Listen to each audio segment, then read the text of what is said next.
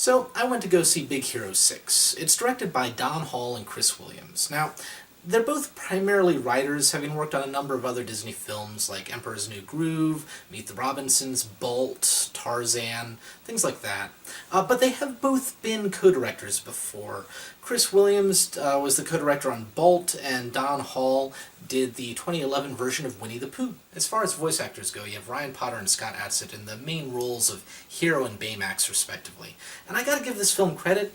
It goes for an ethnically correct voice cast. The Asian characters have Asian actors, the token black guy has Damon Wayans, and completely aside from that, this film has Alan Tudyk, because Alan Tudyk is awesome. So as you may or may not know, Big Hero 6 is based off of a Marvel comic book franchise of the same name. It was created by a couple of the folks from the Man of Action writers group. They're the folks behind, among other things, the Ben 10 cartoon series. Well, I have to stress that this movie is not a Marvel movie being animated by Disney. It's a Disney movie that's based off of a Marvel property, which means that they treat it with about as much respect as they do any other source material, and that's none. They take the names and some general premise points, but you know what? As in pretty much every other case when they've done this, it really works. So, in all honesty, the story isn't really anything terribly original. It's not so much a coming-of-age story as it is a story about learning to deal with a significant amount of personal loss and maybe growing up a bit in the process. You have Hero. He's a 13-year-old robotic super genius who, on the day that should be one of the happiest in his young life, the day when he gets into the college that he really wants to attend, he ends up losing his brother and his fantastic robotic invention all in one big boom. And so after a bit of teenage angst, he discovers his brother's robot, Baymax. It's a home healthcare companion sort of deal. And in Baymax's attempt to help him deal with the issues, they end up discovering that, hey, it might have actually been murder and theft as opposed to an accident. Which, of course, means they end up forming a group of superheroes and fighting bad guys. As I said, it's not terribly original, but it's really cutely told, and a good chunk of fun, I thought. There was just so much I found entertaining in this film, starting with the setting of San Francisco, which isn't quite so much a mashup of San Francisco and Tokyo as it is a mashup of San Francisco and random generic Asian location. But nothing's perfect. It was a really visually interesting setting. It's something that you don't see a lot of nowadays. It's not a generic Western setting or New York or LA or what have you. It's just something visually different, bright, colorful, a lot of stuff going on in the background. I had a bunch of fun picking out all the little bits and the names of stores and stuff that were here and there. Although it did also lead me to picking out the one bit of very obvious product placement that the film had, which was for the Toyota Rava. A very blatant bit of product placement there, but it didn't last for very long, at least, name-wise. They just flash the Rava up at you, but it's there and gone like that, so not too much of a worry there. And beyond that, the characters were just honestly very fun, very funny.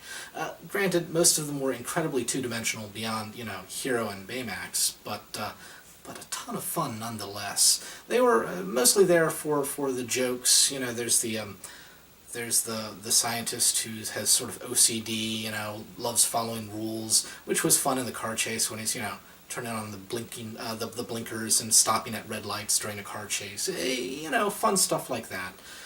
But beyond that, the main source of humor really was the Baymax character.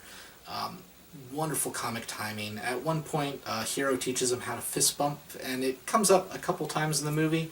I chuckled every bloody freaking time it came up. It was just honestly fun. That said, this film does have its share of problems. As I mentioned earlier, aside from Hero and Baymax, most of the characters are really two-dimensional. There's not much use for the majority of them in this movie. You could have taken most of the other members of the Big Hero 6 team out of the movie entirely, and nothing would have needed to change. I think there's like one character that you would have needed to keep in there for a couple issues, but beyond that, just could have taken them all out and nothing would have happened to the plot.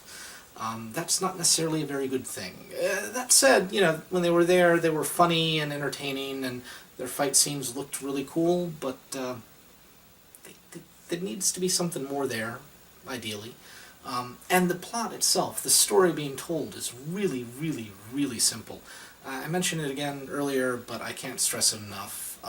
None of the plot twists in this movie will surprise even really the youngest of viewers. It's pretty foreshadowed. Nothing terribly new there. They're not putting a new spin on anything. But that said, it is a kids movie. All it really needs to be is bright and entertaining, energetic, and fun to watch. And Big Hero 6 does manage all of that. So, in the end, do I think Big Hero 6 is worth watching?